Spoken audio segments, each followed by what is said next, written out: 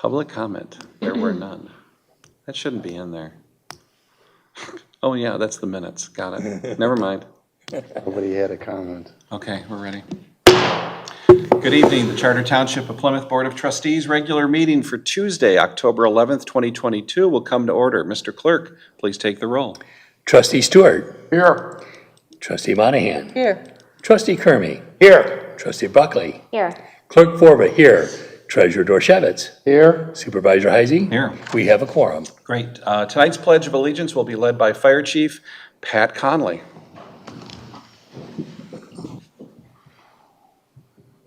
To the flag of the United States of America and to the republic for which it stands, one nation, under God, indivisible, with liberty and justice for all. And Chief, why don't you come on down, because we have a special proclamation here. This is Fire Prevention Week. Fire Prevention Week is from October 9th to October 15th.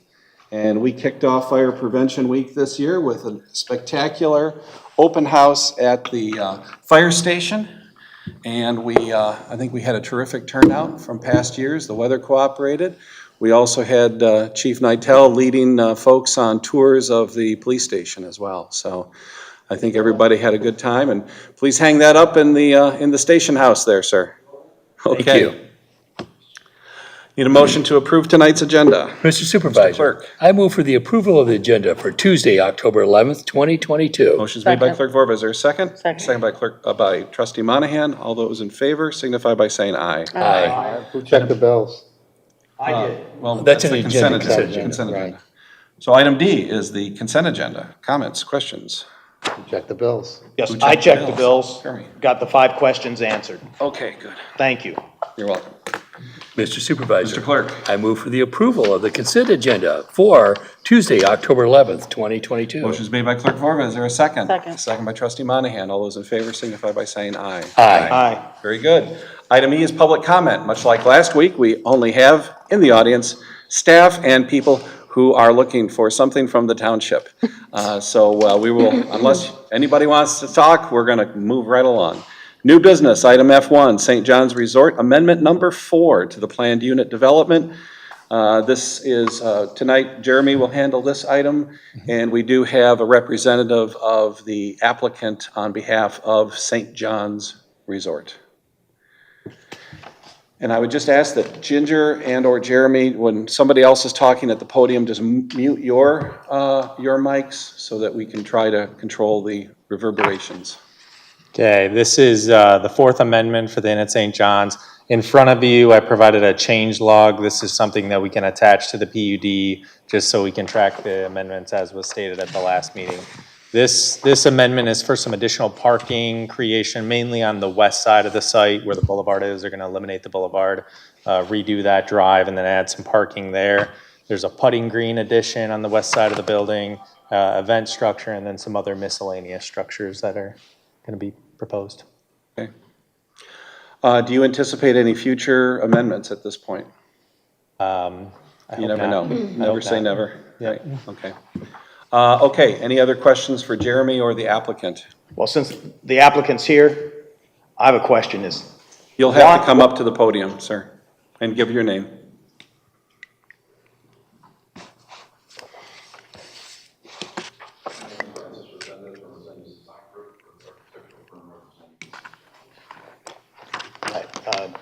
This PUD seems to be piecemeal. Here in 1 week, we've had 2 major amendments. Are you having a project management issue? It doesn't seem normal to be doing this many amendments. And what can we do to improve it and reduce our engineering time and other staff time on so many amendments? Usually PUDs are approved almost substantially and then never change.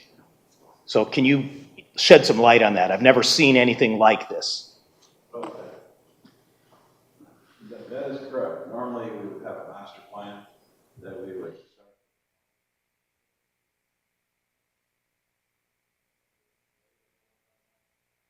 So that we can submit it as one piece. Obviously, this project is as well, it evolves. And it's evolving byproduct of addressing some conditions that are there today that we're aware of and other conditions that we discovered. It is a facility that's been there for some time. As we, one part of a project, and other parts, you know, indirectly grow out of that, and certainly we have a client who's aggressively redoing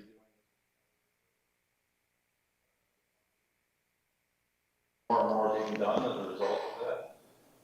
The area that is before you tonight is addressing not only a significant component of shipping and receiving that will be happening at this facility, and how truck traffic is being managed or is being managed, and the fact that it's doubling in size.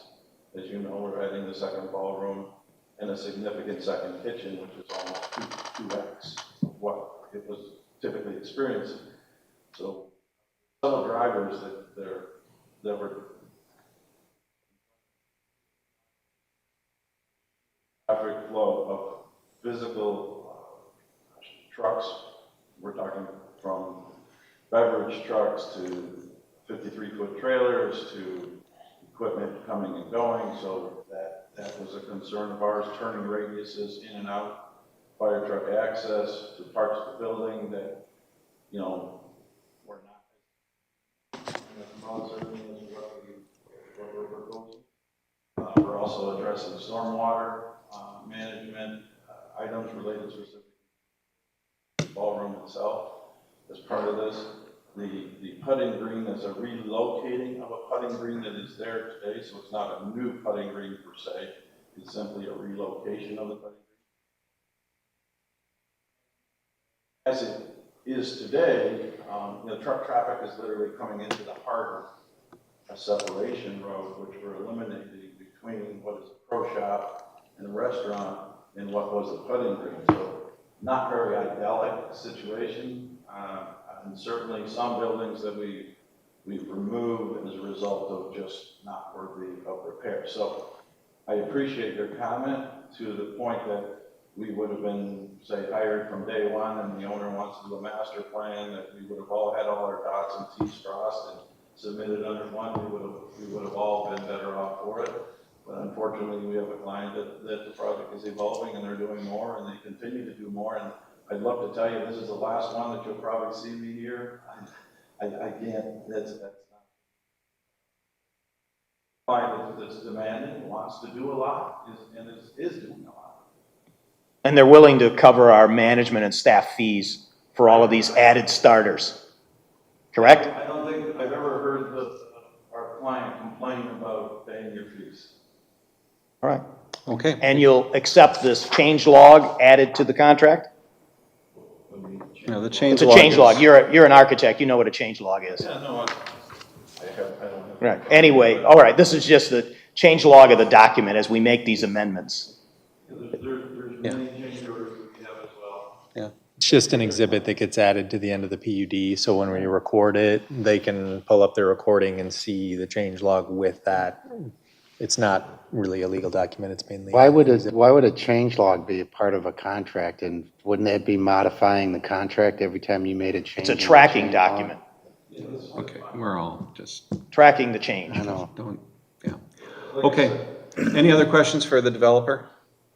I'll entertain a motion then. I'll move. Oh, I move to adopt resolution 2022-10-11-64, authorizing approval of the Fourth Amendment to the planned unit development contract for the St. John's Resort at 44044 5 Mile Road, subject to any necessary modifications or identified by the township attorney and township engineer, and adding Exhibit C4 change log.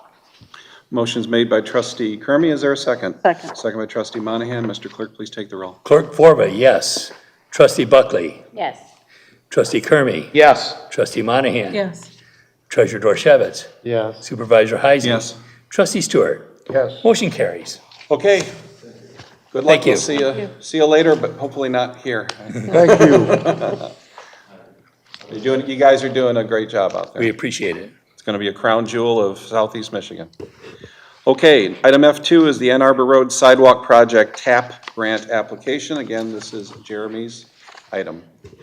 Okay, so before you is a resolution of support for funding for this TAP grant. So in order to apply for a TAP grant, the state needs a resolution identifying that you are willing to pay a match on this grant. And in this case, that's up to 35% of the construction cost, meaning the state or SEMCOG would cover the other 65%.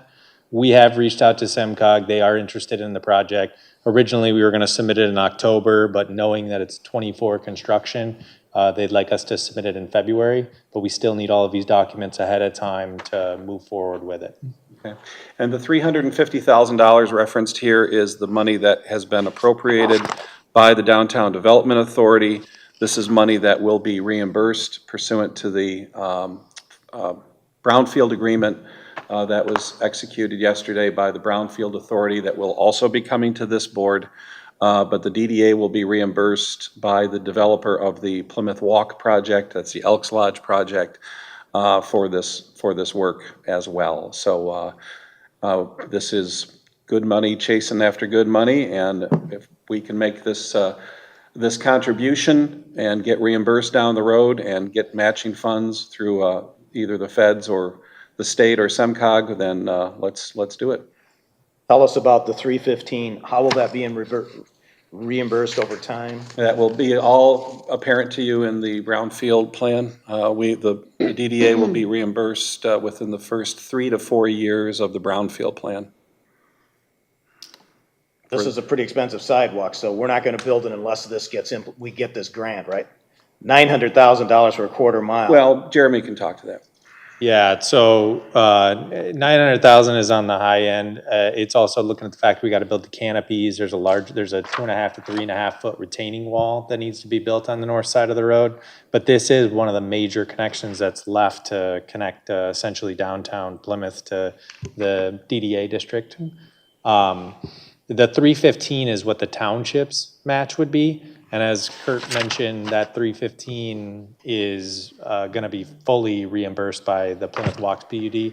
Plymouth Walks wanted this sidewalk to begin with. That was part of the idea and future for their development as well. So this was us using that as leverage to also go after additional grants from the state to finish the project at essentially, if everything goes well, zero cost to the township outside of engineering. Actually, the contribution and the Brownfield plan reference $350,000. Right. We just voted on that yesterday at the Right, BDA and we BRA. might not even need all that. That's So even better, so. So 315 is our number tonight, or 15 350? is our number tonight, yes.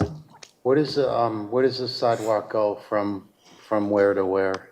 The sidewalk goes from essentially Gold Arbor all the way to just west of the like storage yard. On the So, north side, right? On the west side, yep. So the hardest part about the whole project is the east side of the railroad tracks. That's a very large hill. And we have to build a retaining wall, we have to build drainage. We had to deal with CSX of putting some mesh panels and canopy out to block from the falling concrete from their bridge that's in good shape and doesn't need to be replaced. Allegedly, in good shape. So the route of the sidewalk will be just behind that guardrail? The guardrail is getting replaced, and the guardrail is going to be what's called it's a 1 foot offset instead of a 4 foot offset. This has all been reviewed, as well as the storm drainage improvements with the state, and the state gave us an agreement for maintenance for the future. So we'll go under the abutment. Under the abutment, there's a pier and an abutment wall, I have a picture and they're of it. about 8 foot apart. So we'll be able to fit a 5 foot walk interior to that with what we'll call shoulders on either side. Jeremy, I got the picture up. You want to zoom in on it? Yes. So you Yep, walk through the tunnel. In between that pier and that wall is about an 8 foot wide pathway, and the sidewalk will go directly underneath that. It's not gonna be the same depth, because right now it's lower than the curb. We're gonna lift that sidewalk off and it'll spill towards the curb for drainage purposes. Okay. We got to do a lot about the drainage because it drains constantly. It's got very poor stormwater management in that hill, and in the wintertime, as we know, If it flood. it floods and then it freezes, and then we're out there laying down salt. The county's out there laying down salt. Fix a problem. It's a real hazard. So MDOT is going to contribute some money for pump refurbishment? So that's a conundrum that we continue to work on with them. They claim that Wayne County owns that pump station and maintains it. I think and they're then right. Vice versa. They do. Yeah, So- they It's Wayne do. County. Yeah. Well, then, So, and they seem to think there's not much of a problem there. So we're continuing to monitor it, continue to provide pictures. well, is it a cleaning or a maintenance issue then instead? Well, there's a couple structures that we are gonna fix that just had backfall to them as a part of this project, but outside of that, like, we don't have any jurisdiction to get into the pump station itself, nor do we have the funding to do it. So we have to just continue to communicate with them, but ultimately, we're just gonna keep the water off the sidewalk and the water off of, the township's Road. assets. But MDOT has to maintain the road with Wayne County's help. Yeah, it's just really expensive, although I do know someone who was killed on a bike there. Yes, a long time ago. He was the grand poobah of the Elks Club, hit him. There was another one. Yeah. I think his name was Tonkovich. And then someone jumped off that bridge back in the early 80s and was run over by cars. Committed suicide. Okay. Anybody else with questions for Jeremy? All right, then I'm going to move to approve Resolution 2022-10-11-65, authorizing the township to coordinate with MDOT and/or additional funding agencies to submit for the Ann Arbor Road Sidewalk TAP and SEMCOG grant. Is there a second? Second. Second by trustee Stewart. Mr. Clerk, please take the roll. Supervisor Heising. Yes. Clerk Forward, yes. Treasurer Dorchevitz. Yeah. Trustee Stewart. Yes. Trustee Monahan. Yes. Trustee Kermy.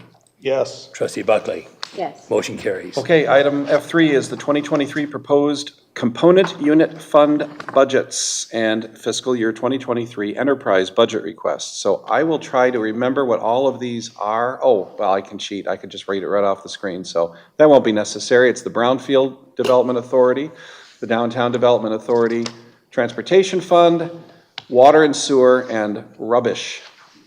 Also known as trash in these parts. So. Say, I've not heard rubbish Not in really, a while. trash is organic, rubbish is not. I always thought rubbish The was other more way of around, maybe. a British way of saying it. Rubbish. Rubbish. There is a difference. Okay, Ginger Moriarty is our Township Finance Director, and she will lead us through this presentation. Okay, so as Supervisor Heisey has introduced before you tonight are the budget slides and the budget worksheets for the component units and the enterprise funds. The podium. Bob, if you'll advance to the first slide, please, after the cover. So like last week, I printed for the trustees a copy of the color slides. They're the exact same thing. They're in the packet that was given out in the agenda. It's just a cleaner version of the packet so that you can see the slides a little cleaner. So on the very first slide, we're going to start with the Browfield Redevelopment Authority. There's a definition there. I'm assuming everybody's taken a look at these slides ahead of the presentation. And a brief description of what a Downtown Development Authority is. And for the 2023 Brownfield and Downtown Development Authorities, we are expecting to generate approximately $752,000 used to stimulate economic growth that encourages the development and rehabilitation of properties within Plymouth's downtown district and established brownfields by putting back into the community $1.1 million in projects for next year. So without reading every line on the slide, is there any questions about the proposed revenues or the proposed appropriations for 2023? So to get to that total number of projects, just list off each one, please, and what the approximate amount is.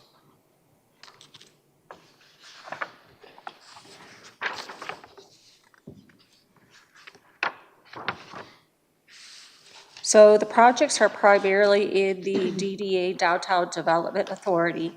As part of the total redevelopment of the brownfield, there will be reimbursements back to the developer as budgeted on page 84 in the brownfield redevelopment. And on page 85 and page 86, you'll see the capital outlay and the projected contributions that are being made there. So the 350,000 that Kurt spoke about that was approved yesterday at the Brownfield, is that in here?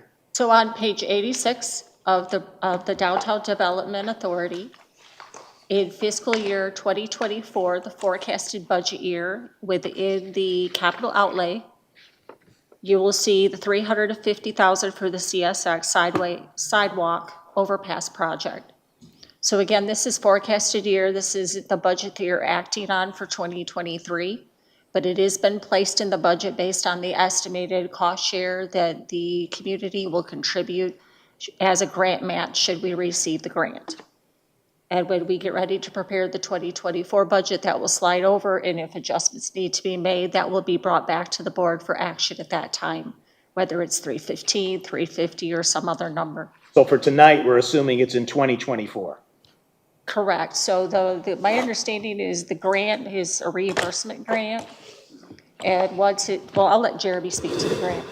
Yeah, so the grant itself would cover about 65% of the project. The difference between the 315 and the 350 is the additional construction engineering expenses, soft costs that wouldn't be covered under a grant. And then the grant covers up to 65%, which leaves you with that 315,000 for construction. That we just approved. Yes. Yeah, but ideally, the PUD that we're working on goes through and the reimbursement essentially comes back through them and that number goes down. And grant revenues, like in the general fund, are not budgeted until the award is received. So once we actually get the approval for the grant award, then we can recognize revenue within that budget as well. And it's vital to the grant application that we demonstrate that we have committed these funds. Exactly. Otherwise we'll never get Never get the anything. grant. They have to show that we're putting money down. And for 2023, the primary contribution within the two component units is the $500,000 that will go for the Plymouth Walk Road project, which is also part of the Browfield redevelopment project. And that is set in to go out as an expenditure from the DDA in 2023 as part of that budget. And then when the project begins and the developer, I believe, has built the foundation, we start to capture revenue back on that, which is anticipated in 25. We'll start to show revenue that's coming back into the DDA for that reimbursement. So the spending of the 500,000, probably unlikely in 2023 because of timing of that project? So we would just slide it into 2024, but for now, you are assuming show us. 2023. It was my understanding we would begin the project in 2023. Yeah, they're gonna start- And then in 2024, they would be substantially, Yeah, I would say that they're going to start clearing the area probably towards the end of this year, early part of next year during leaf-off conditions. And then they'll start immediately on the road. They have to start that first, and so. The Spine Road? The Spine Road, yes. Spine Road. And then that's the money, the 500,000 goes towards the construction of the Spine Road. So I suspect that 500,000 will be released in '23. We pay them when they start the construction of the Spine Road or when they're done with it? No, we pay them when they start, and we also get reimbursed. There's a portion of the funding that they're giving us for the roads to the north that comes in at the exact same time, so it's almost somewhat of a wash, but it allows us to get started on the design, get through construction documents, and then hopefully start construction towards the end of '23. another part of the DDA budget that was part of the 2022 adoption was a plan to dredge the pond out in front of the Township Hall. That did not take place in 2022, so that is now being carried forward into the 2023 budget as part of the request.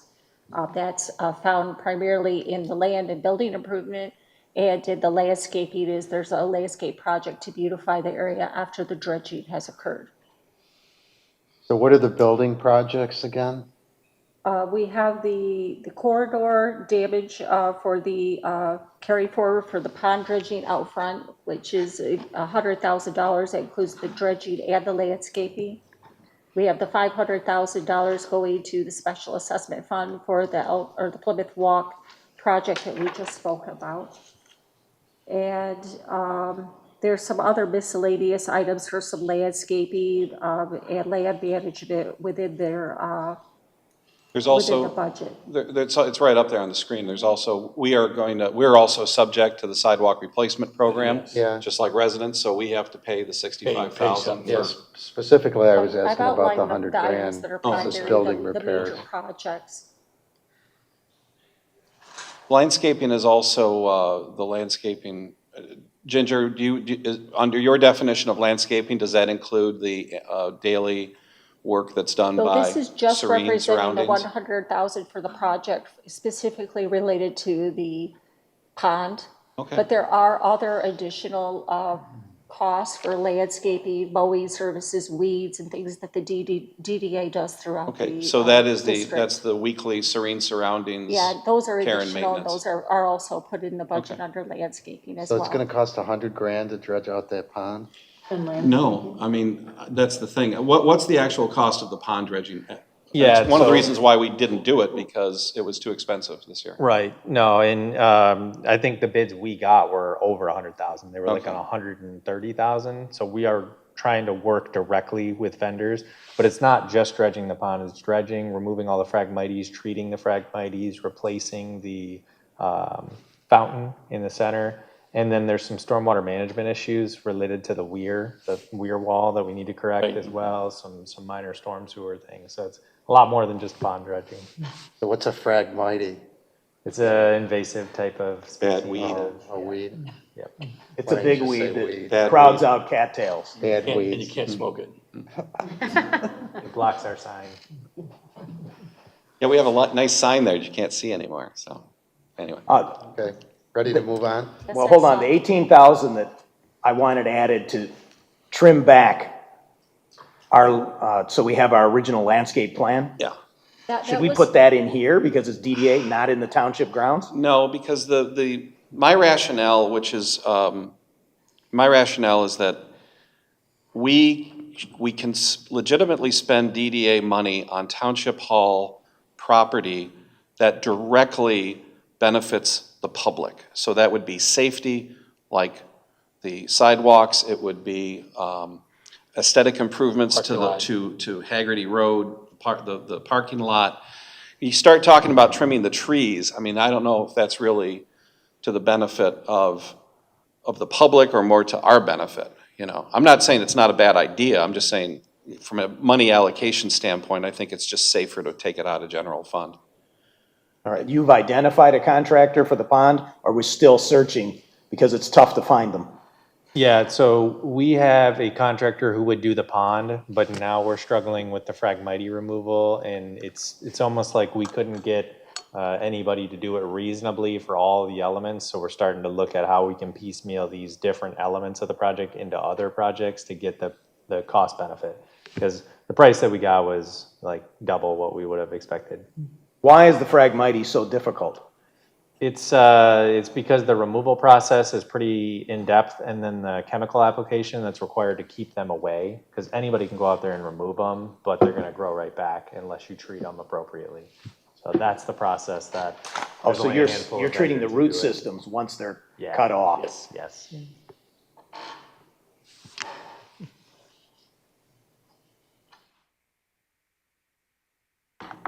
Okay, Go ahead. we're moving along. So the next slide before you is the enterprise fund budgets, and we're starting with a representation of each of the three. The first fund being transportation fund, the water and sewer fund, and the rubbish collection fund. The enterprise fund budgets include trash collection, transportation donations, the City of Plymouth revenue share, along with water and sewer services that are all expected to generate approximately $17.3 million in revenues for 2023. The enterprise funding uses of $15.5 million will go to support residential rubbish and recycling collections, continued senior busing services that will include the purchasing of 2 new passenger vans in 2023, with ongoing water and sewer line projects for needed equipment to maintain the existing water and sewer lines of $845,000. Next slide, please.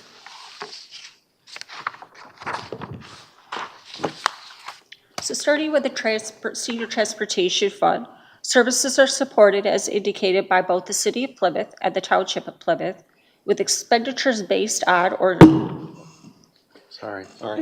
with expenditures based on the number of riders using the service each year.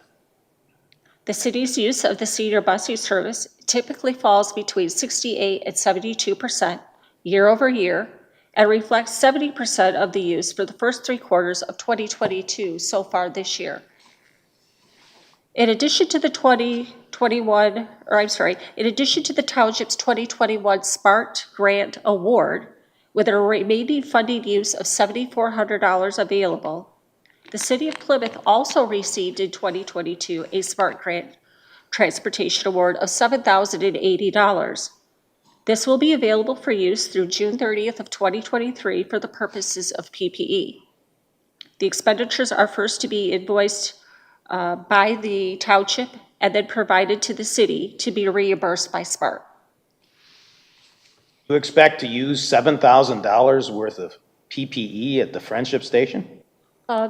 There's a list of items that the Transportation Department has provided to SMART for the purposes of utilizing the grant funding, which was approved.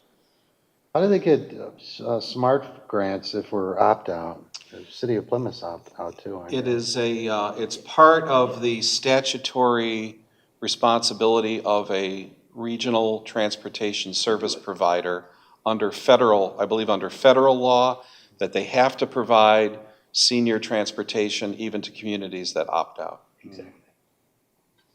Also, there's no incentive to opt in then? Well, there is, because you get buses. If you want buses, you have to opt in. Well, the SMART grant is diverted to our transportation. We get $20,000 a year, right? You know, that's our SMART credits, but this is a SMART grant, a specific transportation grant that the SMART received. It is then, as a sub-recipient, passing that along to the local units. But this is a one-time grant because this is COVID-related, correct? Yes. That's right. All right, has the City of Plymouth approved this proposed budget? The City of Plymouth received the grant award. It shared the grant award with us so that we were aware that they had received it. So we will make the purchases and then we will invoice the city and they will seek the reimbursement from the grant. City of Plymouth has not approved this budget. We run this program. Also, they don't, On their behalf. so they don't need to approve it even though No, they're they give us the contributing? money. No, they give us the money. That's the deal. Okay, all right. That's So, yeah, how we it was. charge them on a month-to-month basis based on the usership for the prior month. And They agree with it and they they're have- paying us. They're paying us now regularly. Correct. No issue. All right. Every month on a month-to-month basis. And, Continuation of it. Their finance director did receive a copy of the transportation budget. But the City of Plymouth does not vote on this. They do not sign off on this. They acknowledge it. No. It's like a receiving. Just like the dispatch, this Yeah, board same. is the legislative body that acts and approves the budget. Same principle, yeah. And then they are charged their cost share for the use of the service. Can you go to the next slide, please, Bob? Okay. So on this slide, the transportation donation revenue of $75,000 makes up 33% of the estimated $230,000 in total funding expected next year.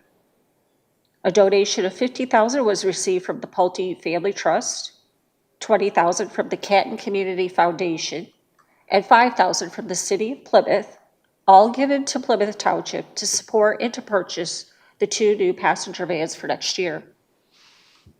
The Tell two us about the passenger. Canton Community Foundation. That's the donation Passing from the through. wealthy donor who wanted to Oh, contribute. okay, I remember that. All right.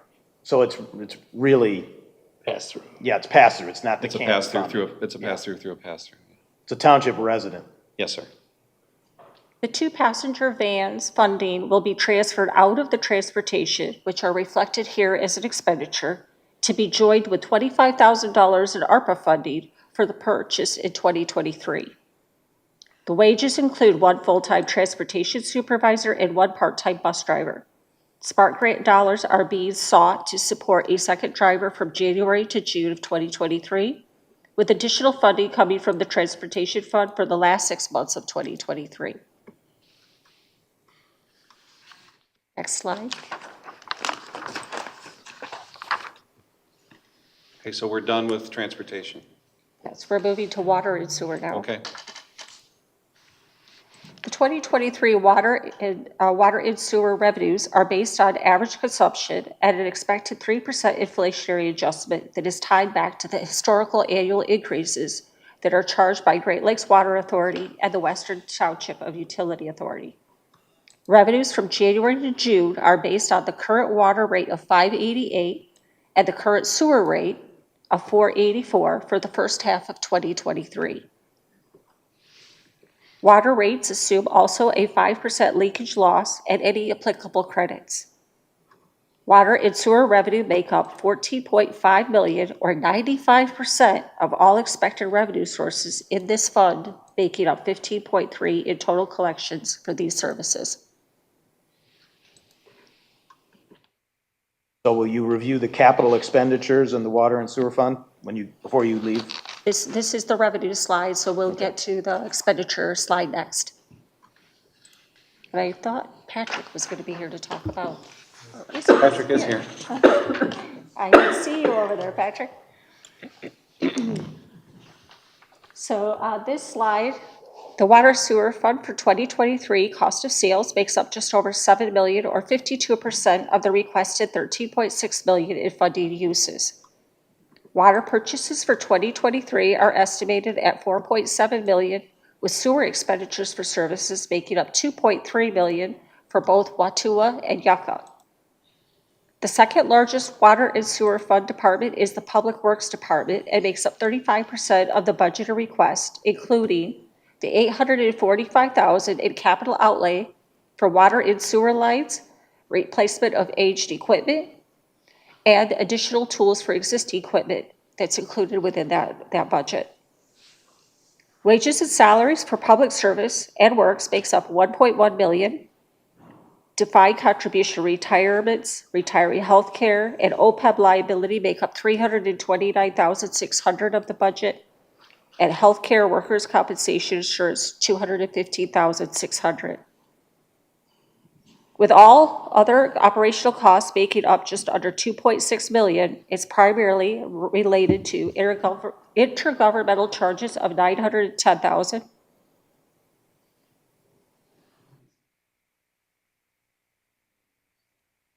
Oh, hold on. No, Oh, I thought she was on a different slide. Where's the IGA at? sorry, the I, Governmental. No, it's on the next slide. It was on the previous slide, I thought. It's part of the Public Works, so I'm speaking to the Public Works Department of $4.7 million on this slide. 4.7. Can we Are go we back on- a Which slide, slide are please? you on? What slide are we on? so you're looking for an On slide 105. intergovernmental transfer? That's on page 8. You're on the wrong slide. 13.6 million. Total expenditures for the Are we on the departments. expenditure or the revenue slide? Expenditures. Okay, that's this one. There you go. And we're speaking to the Public Works Department right now, 4.7 million. Okay. And we're talking about the Public Services Department, which is 387,000 of the slide. And that there's wages for public services and for public works that make up 1.1 million of that bucket. There is 329,600 for DC retirements, retiree healthcare, and OPEB liability, and 215,600 related to healthcare workers' compensation insurance. Okay, so have you booked the savings and how much for switching the DPW workers to the township plan for healthcare? I don't have that number off the top of my head. So it's I not would in have to. It is in there. I've already incorporated it. I worked with the DPW director and the HR person to try to get an estimate of what we believe the employees in the department will elect during their open enrollment process. So since they're going to continue with the Teamsters healthcare through the remainder of 2022, I believe they will have some type of open enrollment option for the Teamsters to elect benefits for January of 2023. So you booked a savings of some kind, you just don't know how much? I can't, I think I do have it actually on the worksheet what the cost saving was, but I don't want to give you a number without referencing back to the worksheet to get you an accurate number. There was a slight estimated cost savings, but again, it's based on what we believe they'll elect, based on what we know about their social status. So somebody may opt out, somebody may opt in that's currently opting out. or we may have assumed a family benefit and they opt for a couple's benefit, or maybe they're on their spouse's plan. So we'll have to wait till we actually have enrollment, but we did our best based on what we know today. And this is kind of go back to Bob's original question of people cost is what this slide is representing when I'm talking about wages, healthcare, and insurances.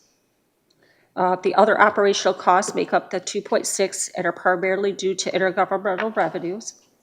These are cost shares for the Board of Trustee actions, property and liability insurance, the use of our IT services, the township network, the township building and maintenance to maintain the elevator and the building, payroll and human resources cost share for the use by the DPW and DPS employees, for contract services. All of those things are all part of that entire public works budget. What is public services, the 387? Public services is the second floor services that are provided. It's the administrative portion of the Department of Water and Public- sewer billing? Water, sewer billing, customer service. They do the payables. Operational costs include utilities, equipment maintenance, repairs, professional development, leased equipment, the same as what we represented in the general fund budgets. So next slide, please. Do you want to talk, Patrick, to the capital outlay projects that you have budgeted for next year? I'm not as familiar with the CIPP project, so I'll let Patrick talk to you about the capital outlay. His mic is still on, I'm pretty Green, sure. yeah. So Ginger, if you could just turn yours off while he's talking. See how, you might, does it sound on? Should be green. Green is on. I would just pick it up, Patrick. Unless you're on the podium, then red is. Then, yeah, red is on. It's the opposite. Good. We'll get another one.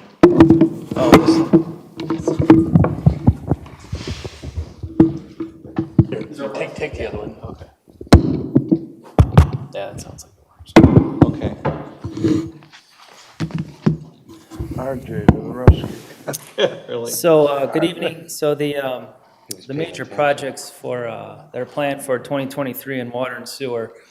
On the sanitary sewer side, we have another cured in place pipe project like we have this year, same size and scope, different areas in the township. That's planned.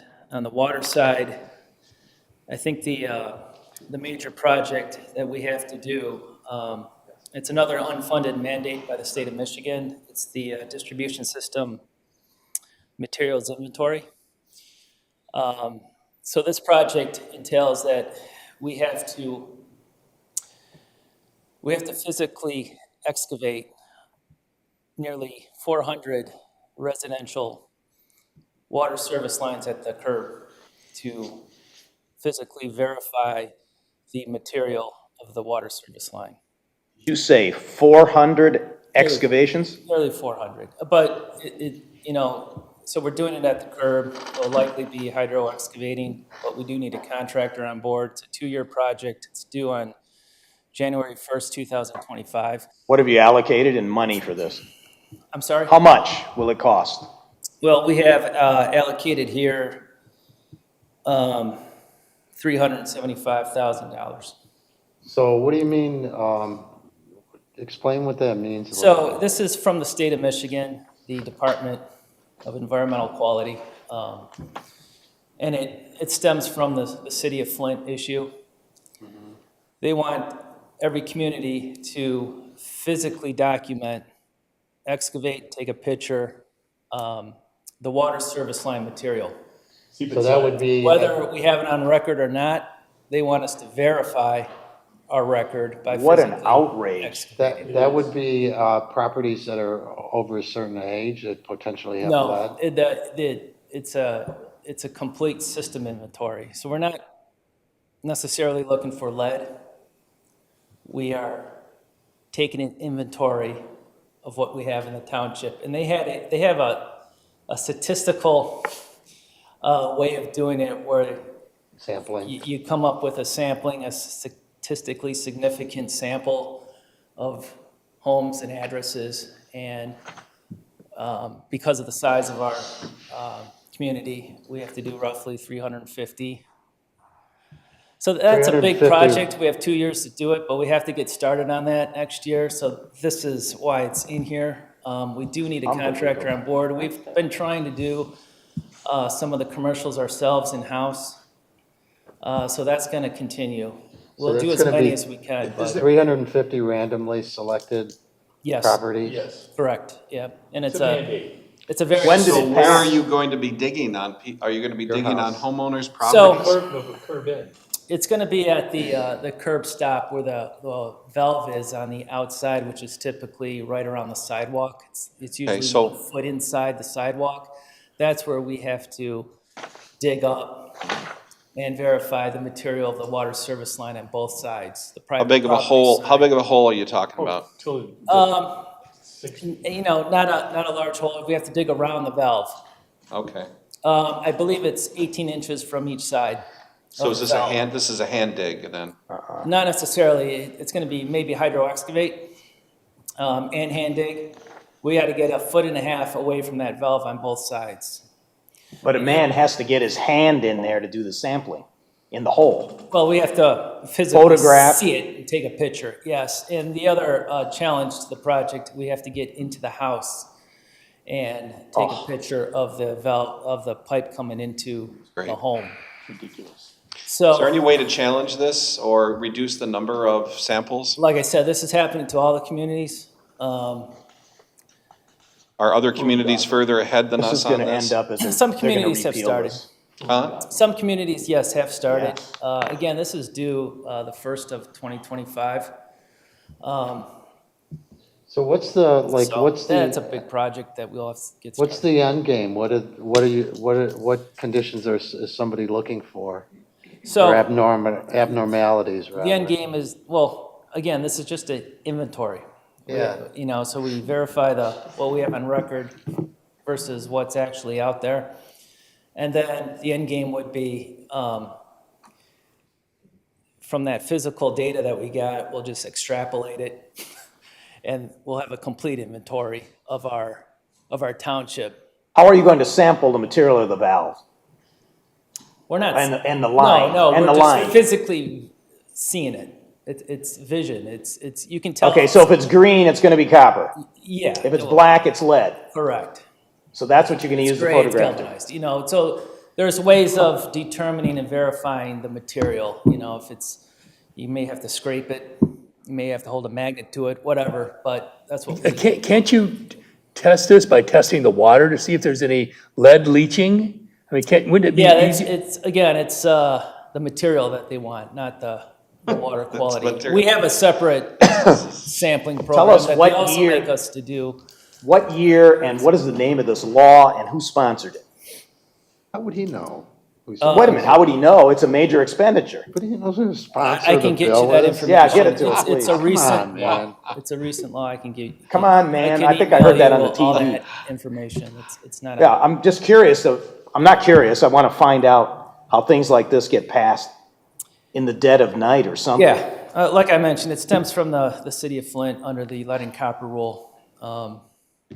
That's why when you get all those political flyers in the mail saying that they care about clean water, Yeah, this is what they're talking about, what you're talking about. and So they voted for this. The cured in place pipe, we're still hoping to Incredible. replace some water main. We did not pursue that this year because of the extreme high cost that we experienced in ductile iron. So we hope to revisit that next year. Well, it's not gonna be just the cost, coordinating getting into people's houses. Oh, no, I'm All right, talking a let's separate move on. project. This is water main replacement. I'm just want to highlight. Okay, so you're on a different project now? Yes, the water Okay, main the project. water main project. That was slated for this year. We're hoping to do it next year. And then we got some vehicle purchases in the DPW. Are you going to buy the transit van thing we talked about, replacement, at least get the Yeah, order we in? have we intend to purchase a transit van if we can, yes. Oh, so that's you're the putting it budget. in the budget then?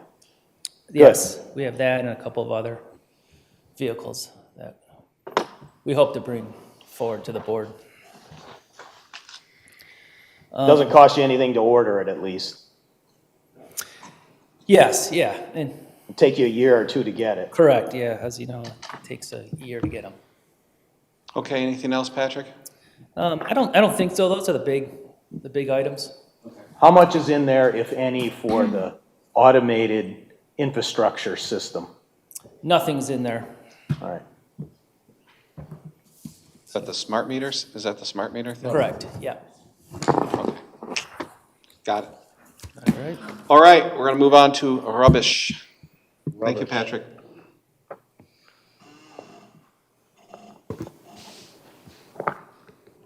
Okay, so fiscal year '23 rubbish revenue is estimated to be almost $1.7 billion, based on the average resident count of 8,900 residents, with no requested increase for the 2022 monthly rate of $15.75. The intergovernmental revenue comes from the general fund for the parks and recreation operation, and from the water and sewer for the storm water management services performed by the rubbish collection staff member. Do we need to increase the trash rates for next year? I know last year, I think we had to increase it by what? A couple cents? I don't believe that there was a significant increase to the GFL contract Okay. for rubbish. And you're baking in the new contract into your projections? I was provided the rates from Sarah, Okay, and I utilized those based on the number of residents per month. okay. So I thought the new contract raised it about $1 a month. I don't recall off the top of my head exactly what the cost is per site, but I do have those rates that were provided from that contract that the board approved. Did you just approve that at the last Yeah. meeting? 2 weeks Couple ago. meetings ago, yeah. Yeah, so it would be based on the rates that were in that contract. Okay. On the next slide, the total rubbish collection fund uses is for, the largest use is for the operations. The rubbish disposal and recycle service make up the largest share of the budget category, with contractual services making up $1.4 million of the $1.5 million requested. Within the operation budget category is also the community promotional events for free compost, the household hazard waste day, and the shredded event that make up $59,000 of this request. Intergovernmental service charges are for general fund staffing operations for the management of the rubbish fund, providing IT and computer services, and for its share of the payroll and HR services that are provided. Next slide. The 2019 to 2024 graph demonstrates the average rubbish collection increase of 21,300, or 2% year over year, for both the recycling and trash disposal services. The 2023 proposed budget for these services is $1.4 million and represents an estimated $29,000 increase over the 2002 projected for fiscal year 2022. 2022. Did I say 20? My Yeah, apologies. you said 2002, it's okay. That's all that I have, unless there's other questions. Okay, questions for Ginger? I have one suggestion, change the name from rubbish to trash and recycle or something. Be a little more descriptive. I'm using the name of the fund per the state chart of accounts, which is rubbish collection for the Oh, 596 okay. fund, so that's why we're calling it rubbish. Standardized. All right. Do we need a motion to receive and file? So moved. Do you want to move that? Trustee Stewart moves to receive and file the enterprise fund budget report. Is there a second? Second. Second by Clerk Vorba. All those in favor signify by saying aye. Aye. Any nays? Okay. Thank you very much, Ginger, once again. We will see you on, at our next meeting on the 25th. That's when we'll be doing the mandatory public budget hearing. Okay. We vote to approve all of these budgets on the 25th? No, we vote to approve them all on November 15th. This is just a public hearing. Mandatory public hearing is on the 25th. Okay, nobody here from the public. We will have no meeting next week, thank goodness.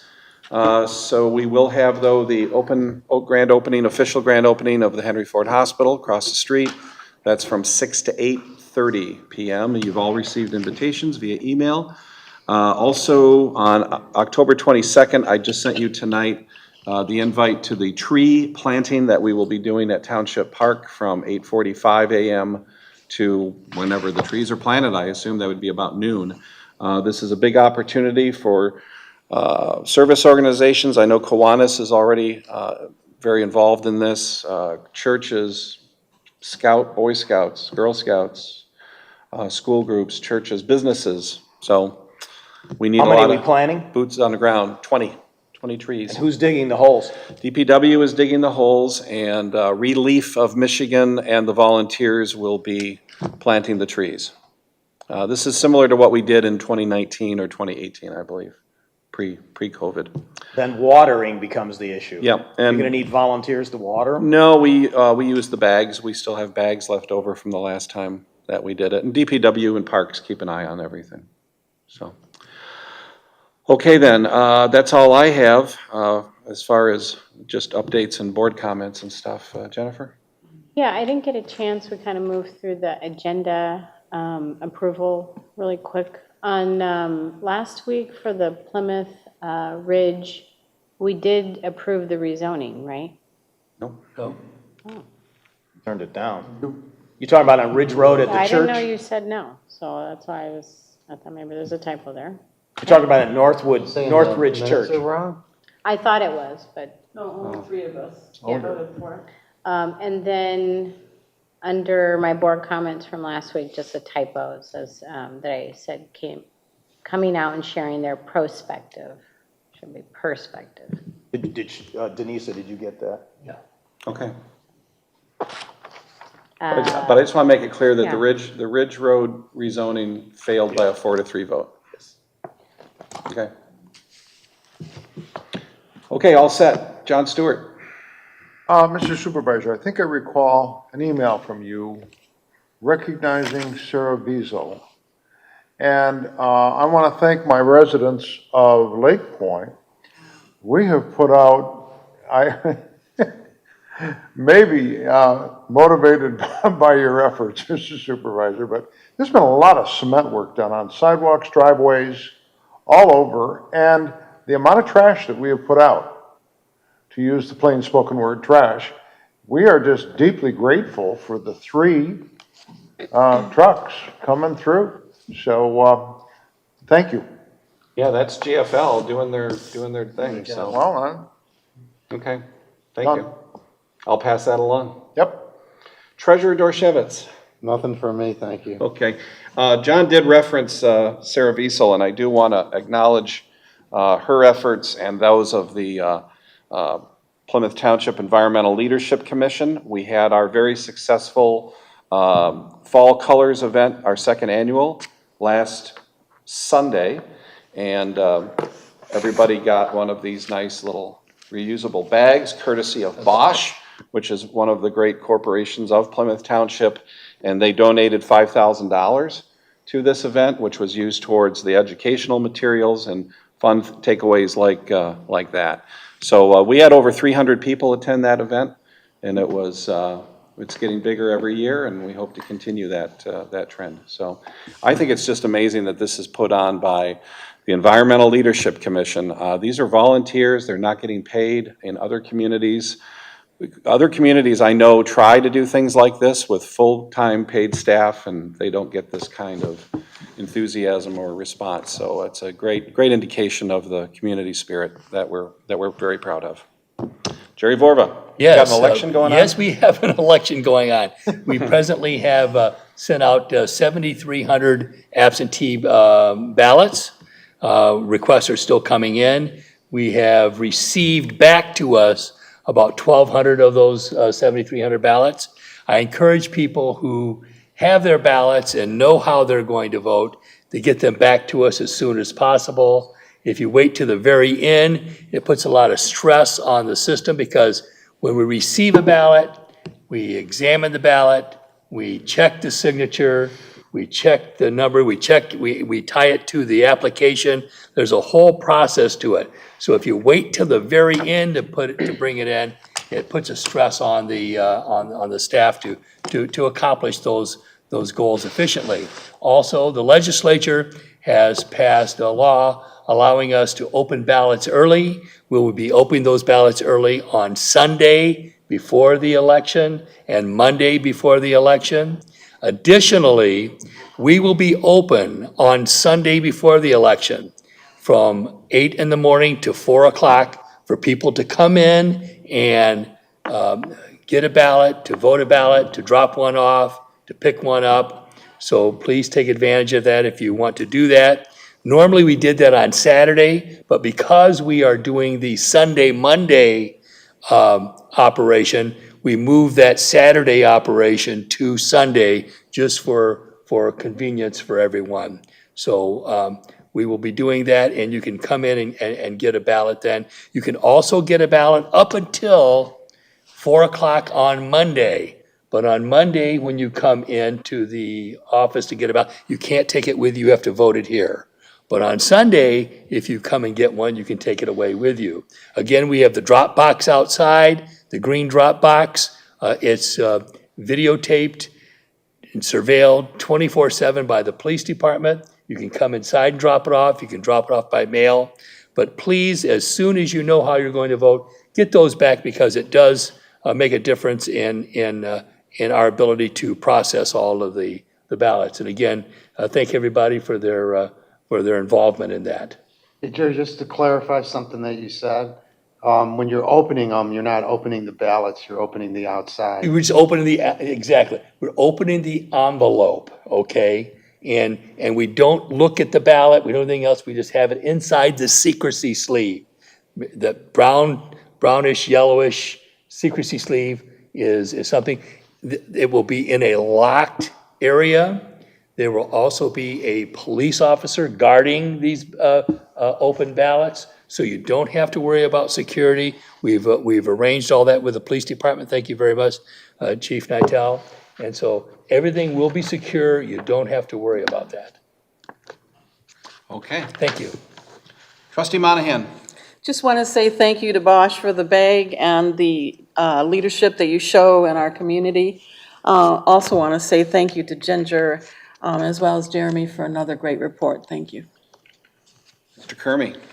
Jerry, I have a couple of questions on the election. Is this move to Sunday statewide or just us? No, it's an option. Prior to a few years ago, it was always on Saturday for 6 hours. Then it went to 8 hours, and the local clerks could pick Saturday or Sunday. We've always done Saturday, but because we're going to be here opening ballots on Sunday, we thought it most convenient to have that day on Sunday. And that will be put on our website.